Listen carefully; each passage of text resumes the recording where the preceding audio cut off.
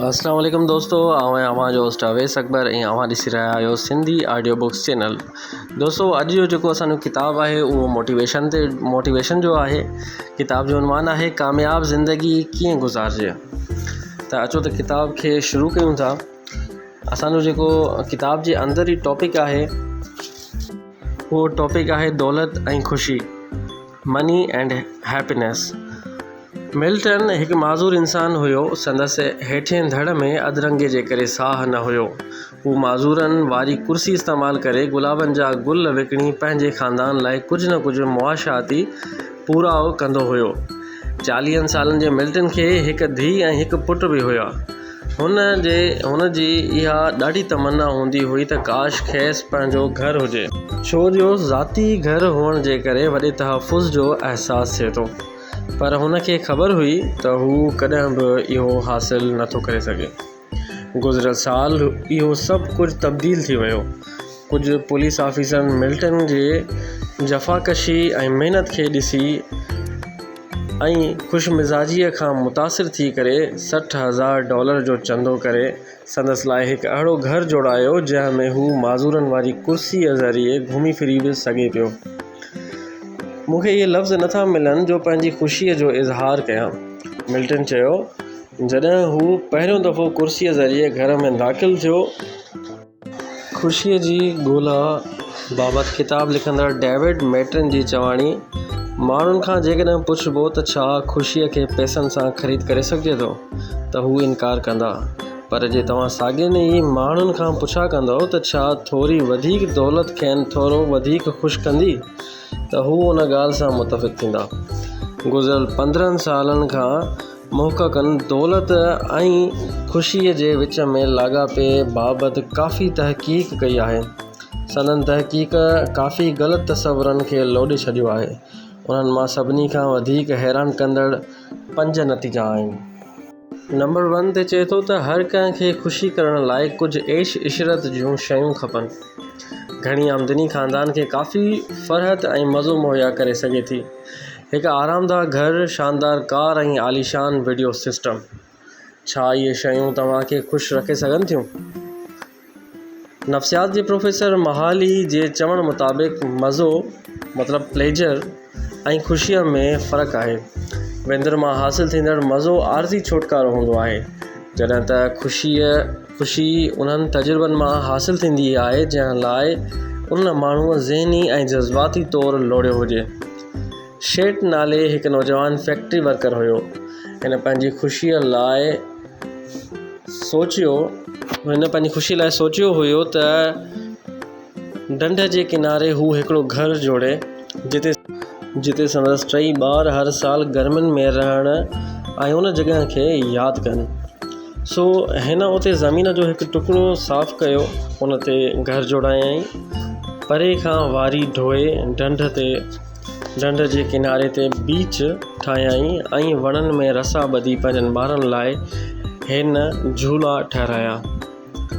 शेट हर कमु पाण कयो, छो जो उन वक़्तु संदसि माली हालति अहिड़ी हुई जो हू सभु कुझु ॿियनि खां ठहिराए न थे सघियो। हींअर जॾहिं संदसि औलाद वॾी थी चुकी आहे, उहा हिन वटि ईंदी आहे त खेनि वधि में वधि उहे शामूं यादि ईंदियूं आहिनि जेकी हिननि नंढपिण में गॾिजी गुज़ारियूं हुयूं। शेट जी चवण मुताबिक़ इहो नंढिड़ो घरु या इहा ढंढ उन वक़्त खे एॾो अहम न थियो बणाइनि। असल में ख़ासि ॻाल्हि इहो मज़ो हुयो जेको हिकु घराणे जी हैसियत में गॾिजी असां सभिनी हासिलु कयो हुयो। ईअं ई ख़ुशि व खुरम घराणा उन्हनि ख़ुशियुनि खे वधीक अहमियत ॾींदा आहिनि जिन में ज़ाती कोशिशुनि जो दख़ल हूंदो आहे। उन करे ई हू उन्हनि मिल्कियतुनि जो क़दुरु बि कंदा आहिनि जिन सां संदनि जज़्बाती वाबस्तगी हूंदी आहे। मिसाल तौरु हीअ असांजे ॾाॾे जो हथ सां लिखियलु किताबु आहे, वग़ैरह वग़ैरह।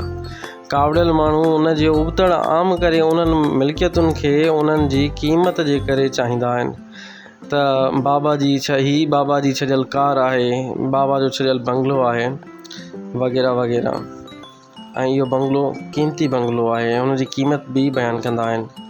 बदकिस्मतीअ सां उहे शयुनि खे ॿियनि सां ॻंढापे जी नज़र सां न ॾिसंदा आहिनि, पर उन्हनि ज़रिए पाण खे अञा वधीक दौलतमंद ॾिसणु घुरंदा आहिनि ऐं नतीजे में ॿियनि खां अलॻि थलॻि रहिजी वेंदा आहिनि। मुहक़क़िक़ुनि इहा ॻाल्हि नोट कई आहे त मिल्कियत दरअसल उन ॻाल्हि जो सबूत हूंदी आहे त असीं कंहिं मंझां आहियूं ऐं कंहिं सां तालुक़ु आहे। जेतोणीकि ख़ुशवख़ुरम घराना दौलत मां आराम हासिल कंदा आहिनि, पर उहे पाण हिक ॿिए सां तालुक़ मां वधीक गहरी तस्कीन हासिल कंदा आहिनि। दोस्तो, ॿियो पॉइंट आहे ख़ुशी ता हयात वांदकाईअ में लिकियलु आहे। छा तव्हां पंहिंजो धंधो या नौकरी छॾे ॾींदो जेकॾहिं तव्हांखे वधीक पैसनि जी ज़रूरत न आहे? 1990 में गैलिप जे सर्वे मुताबिक़ काफ़ी माण्हुनि उन जो जवाबु हा में ॾिनो, पर उन जे उबतड़ मुहक़क़िक़ुनि जी खोजना मुताबिक़ अक्सर माण्हुनि लाइ कमु करण में ई वधि में वधि सुकून रहियो आहे। डी बेरी जो ई मिसाल वठो। हिन 1979 में हिकु कंपनी खोली ऐं उन में एतिरो त कामयाबु वियो जो हिन 41 सालनि जी उमिरि में 1987 में रिटायर्ड करे इहा कंपनी विकिणी छॾी ऐं करोड़पति थी वियो। हिन हिकिड़े 50 फुट डिघी केबिन वारी तेज़ रफ़्तार लॉन्च ख़रीद कई ऐं हवाईअ जे पुरफ़रेब जज़ीरनि ते बहितरीनु बंगलो ख़रीद करे मुकमल वांदकाईअ जा ॾींहं गुज़ारण लॻो। 5 साल लगातार मोकल मल्हाईंदे आख़िरकार डी बेरी कमकार जे चैलेंजनि जी कमी महसूस करण लॻो। आख़िरकार हिन 1992 में अमेरिका में ॿारनि जी वर्जिश ऐं सिख्या जी सेंटरनि जी हिकु कंपनी ख़रीद करे वरिती ऐं वरी हफ़्ते में 72 कलाक स्टाफ ऐं बैलेंस शीट सां मग़ज़मारी करण लॻो। गोल्फ खेॾंदे बि एतिरो मज़ो न ईंदो हुयो जेतिरो ऑफ़िस में हिकु सुठो ॾींहुं गुज़ारींदे ईंदो अथमि। हिन ॿुधायो त को बि धंधो सिर्फ़ु पैसनि कमाइण लाइ न हूंदो आहे। मुताले मां ख़बर पवे थी त को बि कमु सुठे तरीक़े सां अंजाम ॾियण करे माण्हुनि में ख़ुदि एतमादी ऐं ज़ाती इज़त नफ़्स वधे थी। दोस्तो, हाणे हलूं था 3 पॉइंट ते। त जेका 3 नंबर पॉइंट आहे उहा आहे वधीक कमाई ज़्यादा ख़ुशी जो सबबु बणिबी। जेकॾहिं नौकरियूं या धंधा एॾा अहम आहिनि त पोइ छा घणी पघार कंहिं बि धंधे या नौकरीअ मां मुतमिन हुअण जो पैमानो थी सघे थी? घणनि अमरीकन जो इहो ई रायो आहे। रोमन स्टार वर्ल्ड वाइड हिकु सर्वे कई जंहिं में 70% माण्हू इहो ई जवाबु ॾिनो त जेकॾहिं संदन आमदनी ॿीणी थी वञे त हू वधीक ख़ुशि थींदा।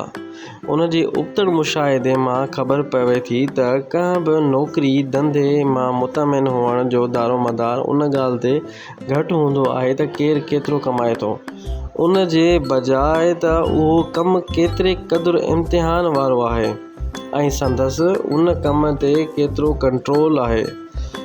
उन कम जेको कंहिं बि फ़र्द खे मुकमिल जज़्ब ऐं मसरूफ़ नथो करे सघे घटि मुतमिन कंदो आहे,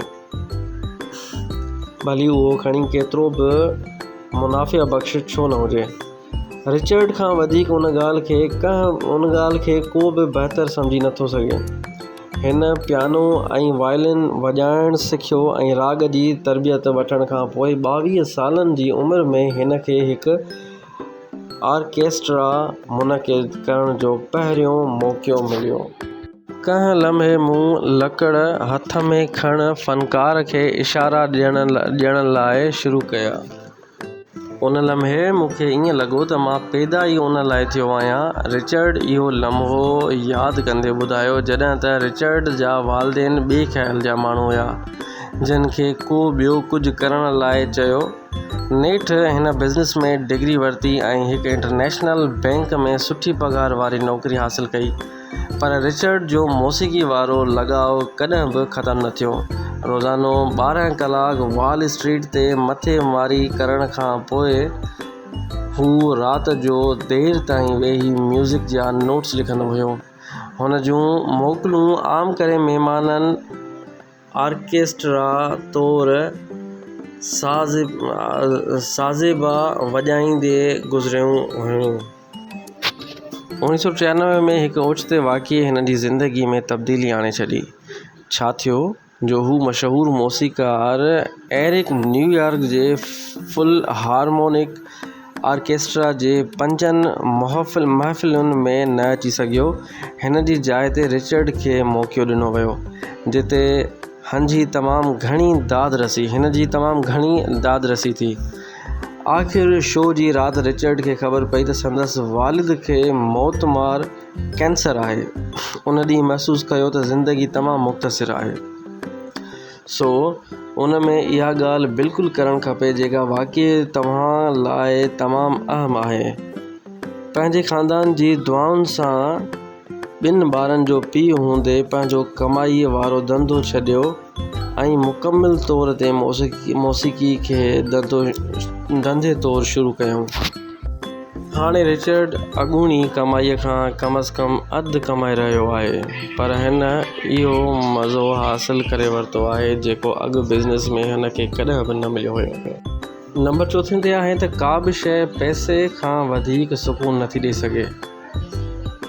ॾुखे वक़्त में या कंहिं बीमारी वग़ैरह में पैसो काफ़ी मदद ॾेई सघे थो, पर सभिनी फ़ाइदनि हूंदे बि पैसो तव्हांखे उन ॾुख खां नथो बचाए सघे जेको उन तकलीफ़दा वक़्त जे करे तव्हांखे सहणो पवे थो। उन लाइ मुहक़क़ चवनि था त तव्हांखे घाटी दोस्तीअ जी ज़रूरत आहे। इंसान समाजी हैवान आहे। उहे अकेले सिर मामला हल करण लाइ न ठाहिया विया आहिनि।